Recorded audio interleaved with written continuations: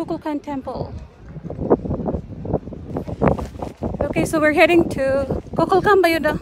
Kukulkan Temple. Ito yun. Isa sa ano. Oh my god. Wait a sec.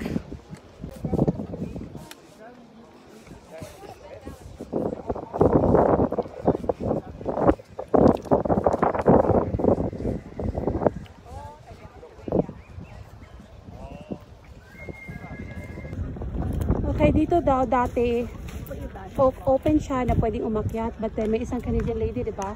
Canadian lady na nahulog dito since namatay. So since then, wala nang pinapaakyat. Okay, let's go, let's go. Okay.